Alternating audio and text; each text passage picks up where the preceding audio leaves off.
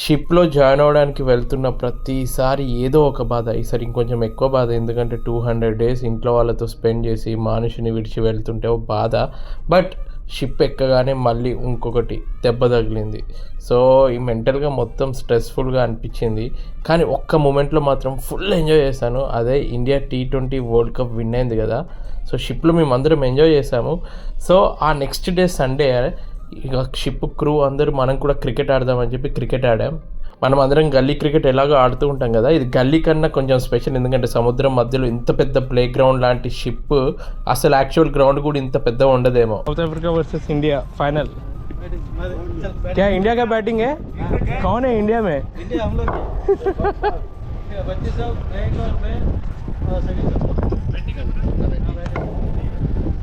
लोग जब నిజం చెప్పాలంటే ఆట కన్నా మధ్యలో గొడవలు పడుకుంటూ చీటింగ్ చేసుకుంటూ ఆ నవ్వుతూ అవన్నీ చేసే హడావిడిలోనే మజా ఎక్కువ ఉంటుంది. యాక్చువల్గా ఇది ఫస్ట్ మ్యాచ్. సో 8 మంది ప్లేయర్సే ఉన్నాము. 4 మెంబర్స్ ఒక టీము, 4 మెంబర్స్ ఇంకో టీము. ఫస్ట్ మా టీము బ్యాటింగ్ చేస్తుంది. ఏ చిన్న గేమ్ అయినా కానీ మన టీం గెలుస్తే అందులో మజా వేరే ఉంటుంది కదా. మ్యాక్సిమం ఇండియన్స్ ఉన్న షిప్లో అందరూ హిందీలోనే మాట్లాడతారు. సో ఇక్కడ ఆడుతున్నప్పుడు అంతా హిందీ కాన్వర్సేషన్ ఎక్కువ ఉంటుంది.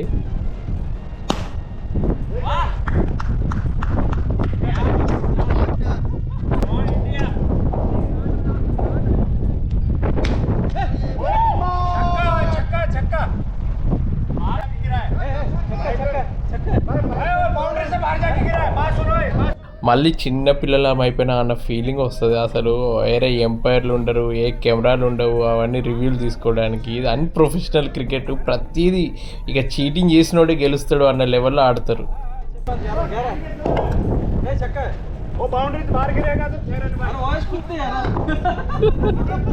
మా షిప్ VLC అంటే very large crude carrier. So ఈ ఆయిల్ ట్యాంకర్ 333 మీటర్స్ లెంత్ ఉంటుంది. అంటే యాక్చువల్ క్రికెట్ గ్రౌండ్ కూడా ఇంత లెంత్లో ఉండదు.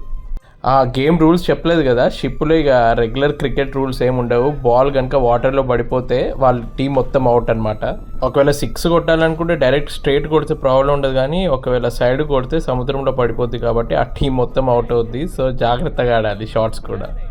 యాక్చువల్గా అందరు పడుకున్నారు. సండే మధ్యాహ్నం బిర్యానీ తిని ఇక అందరు పడుకునేసరికి సగం మంది వచ్చింది ఆడడానికి. మిగిలిన వాళ్ళు వస్తారా అని వెయిట్ చేస్తున్నాము. ఒక మ్యాచ్ అయితే ఆడిన తర్వాత మళ్ళీ వాళ్ళందరూ జాయిన్ అవుతాం, ఇంకో పెద్ద మ్యాచ్ ఆడతాం. బాగుంది కదా అట్మాస్ఫియర్. నిజంగా వెదర్ అంతా ప్రశాంతంగా ఉంది, రఫ్గా లేదు సీ. ఒకవేళ సైక్లోన్ టైప్ ఉంటే ఆడడానికి అసలు కుదరదు. ఆ గాలికి అసలు చాలా డేంజరస్. మనము గల్లీ క్రికెట్ ఆడుతున్నప్పుడు ఏదో ఒకటి వికెట్స్ లాగా పెట్టుకుంటాం కదా. ఈ షిప్ యాంకర్ని మేము వికెట్స్ లాగా పెట్టుకున్నాం. చూడండి ఎంత పెద్ద యాంకర్. ఫ్రెండ్స్, మన పిల్లలు డైలీ చాక్లెట్స్, బిస్కెట్స్ అండ్ మనం ఏది తిన్నా అది వాళ్ళు కావాలి అని అంటారు. సో దట్ వాళ్ళు అది తిన్నాక పళ్ళలో జెమ్స్ అలాగే ఉండిపోతాయి కదా. సో అలాంటప్పుడు మనం ఒక బెస్ట్ టూత్పేస్ట్ని చూస్ చేసుకోవాలి వాళ్ళ కోసం. సో అందుకని నేను ఒకటి చూస్ చేసుకోవాలి. వాళ్ళది బేబీ డన్ టూత్పేస్ట్ అనమాట. దీంట్లో వచ్చేసి 2 ఫ్లేవర్స్ ఉన్నాయి మనకి, స్ట్రాబెరీ అండ్ బబుల్ ఫ్రూట్. నేను బబుల్ ఫ్రూట్ చూస్ చేసుకున్నాను మా పాప కోసం. అండ్ వాళ్ళు రెగ్యులర్గా అలా తినడం వల్ల టీత్ కూడా ఎలోయిష్ అయిపోతూ ఉంటాయి కదా. సో నేను ఇది యూస్ చేయడం వల్ల టీత్ ఎలోయిష్ తగ్గింది అండ్ షైనీ కూడా వచ్చింది అనమాట. అండ్ ఇది pH బ్యాలెన్స్గా ఉండడం వల్ల వాళ్ళు స్వాలో చేసేసిండ్రు అన్న బాధ కూడా ఉండదు. ఏదైనా అవుతుంది అని ఏం ప్రాబ్లం లేదు. ఇది 100% న్యాచురల్ ఇంగ్రీడియంట్స్తో చేసిండ్రు అండ్ కెమికల్ ఫ్రీ. అండ్ ఇది already tested and approved for kids అనమాట. అండ్ మనకి ఎలాంటి ప్రాబ్లం ఉండదు. It's definitely safe for kids. నేను మా పాపకి యూస్ చేసి అలోవెరా ఫామ్లో ఉండడం వల్ల బేబీకి సూతింగ్ ఎఫెక్ట్ ఉంటుంది అనమాట గమ్స్ అండ్ టీత్కి. అండ్ ఇది రెగ్యులర్గా యూస్ చేయడం వల్ల పిల్లలకి టీత్కి ఉన్న ఎలోయిష్నెస్, ఆ ప్లేగ్ అండ్ బ్యాక్టీరియల్ ఫార్మేషన్ కూడా చాలా తగ్గుతుంది. అండ్ మా పాపకైతే చాలా బాగా వర్కౌట్ అవుతుంది. అండ్ టేస్ట్ కూడా చాలా బాగుంది. ఫ్లోరైడ్ అండ్ SLS ఇది జెంట్లీ శానిటైజ్ చేస్తుంది అనమాట మన పిల్లల టీత్ అండ్ గమ్స్ని. సో దట్ వాళ్ళకి ఎలాంటి ఇష్యూస్ ఉంటాయి. శానిటైజర్స్ టాలర్స్ gums and teeth and keeps it clean. And ఇది 100% వీగన్. సో ఇది రెగ్యులర్గా యూస్ చేయడం వల్ల మనకి cavities and no additional side effects అనమాట. ఇది మా పాప ఓవరాల్ ఓరల్ హెల్త్ని ఇంప్రూవ్ చేయడానికి హెల్ప్ చేస్తుంది అనమాట. So that it keeps their teeth clean. మాకు ఎంతో యూజ్ అయిన ఈ లవ్లాప్ టూత్పేస్ట్ నేను కింద ట్యాగ్ చేస్తున్నాను డిస్క్రిప్షన్లో, అన్ని డీటెయిల్స్ ఇస్తాను. అండ్ ఇది వచ్చేసి మనకి అమెజాన్, ఫ్లిప్కార్ట్ అండ్ lovelab.comలో కూడా అవైలబుల్ ఉంది.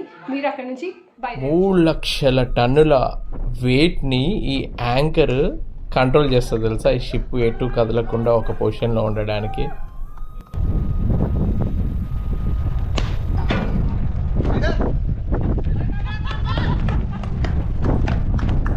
So 4 overs match. ఇక నాకు బ్యాటింగ్ రావట్లేదని చెప్పి నాకు బ్యాటింగ్ ఇచ్చిండ్రు. నిజం చెప్పాలంటే నాకు క్రికెట్ ఆడడానికి రాదు. చిన్నప్పటి నుంచి వెళ్ళి మా అన్న మా తమ్ముడే ఓ రేంజ్లో ఆడేసరికి నేను చక్కగా ఆడిపోతే తిట్టేటోళ్ళు, అందుకే ఆడడమే మానేసిన. బట్ షిప్లో ఆడాల్సి వస్తుంది, ఎందుకంటే అందరితో పాటు కలిసిపోవాలి కదా.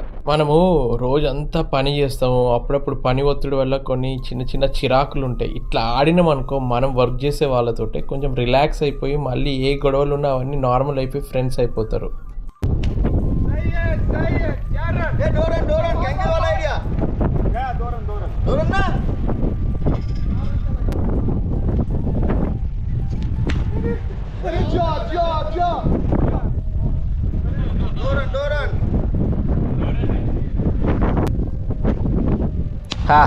రన్ అవుట్ అయిపోయినా. ఉరితే స్టార్టింగ్ నుంచి ఉరితే అయిపోయేది, మధ్యలో ఆగేసరికి రన్ అవుట్ అయిపోయినా. మా టీం 29 రన్స్ చేసింది 4 ఓవర్స్కి. సో బౌలింగ్ ప్రతి ఒక్కరు ఒక్కొక్క ఓవర్ చేయాలంట. నేను బౌలర్ని కాదు, ఆయన ఏదో ఒక ట్రై చేయాలి అని అంటే ఏదో ట్రై చేసా బౌలింగ్.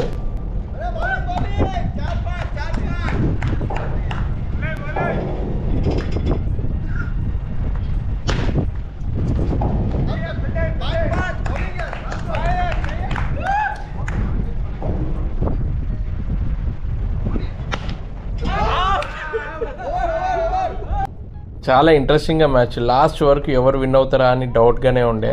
వరల్డ్ కప్ ఫైనల్ చూసారా మీరు? అసలు ఆ 15th ఓవర్లో ఇక ఇండియా పని అయిపోయింది అనుకున్న టైంలో లాస్ట్ 4 ఓవర్స్ వాబో బౌలర్స్ వల్లనే ఇండియా విన్ అయిందని అనిపించింది. విన్ అయ్యి అందరూ ఎంత ఎమోషనల్ అయిపోయింది అసలు ఎందుకు ఇంత ఉద్వేగం? దెబ్బ మీద దెబ్బ పడుతూనే ఉంది మన ప్లేయర్స్ అందరికీ. ఐసీసీ టోర్నీలో వరుస పరాభవాలు ఎదురవుతూనే ఉన్నాయి, నిరీక్షణ కొనసాగుతూనే ఉంది. ఎంత ప్రయత్నించినా ఎలా ఆడినా కప్పు మాత్రం సెమీఫైనల్స్లో వెళ్ళి అక్కడ నుంచి బోల్తా పడడం, లేదంటే ఫైనల్లో బోల్తా.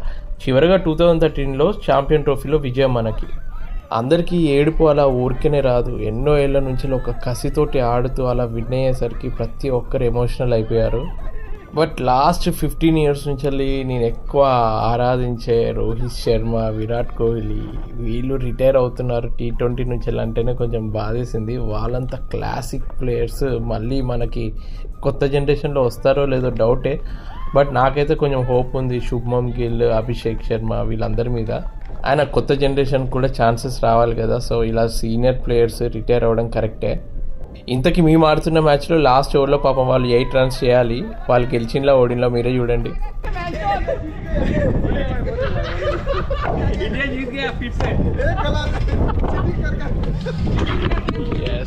Winnowing moments.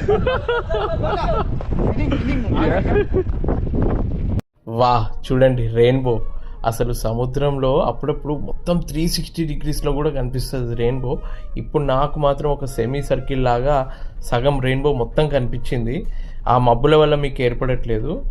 బట్ మీ అందరికి ఒక విషయం చెప్పాలి, మా మానుషికి రెయిన్బో అంటే పిచ్చి. రెయిన్బో డ్రెస్ అంటది, రెయిన్బో నెయిల్ పాలిష్ అంటది, రెయిన్బో కేక్ అంటది. సో తనకి ఇంట్రెస్టింగ్గా ఉంటుందని కావాలని రెయిన్బో వచ్చినప్పుడు మాత్రం మొత్తం క్యాప్చర్ చేశాను.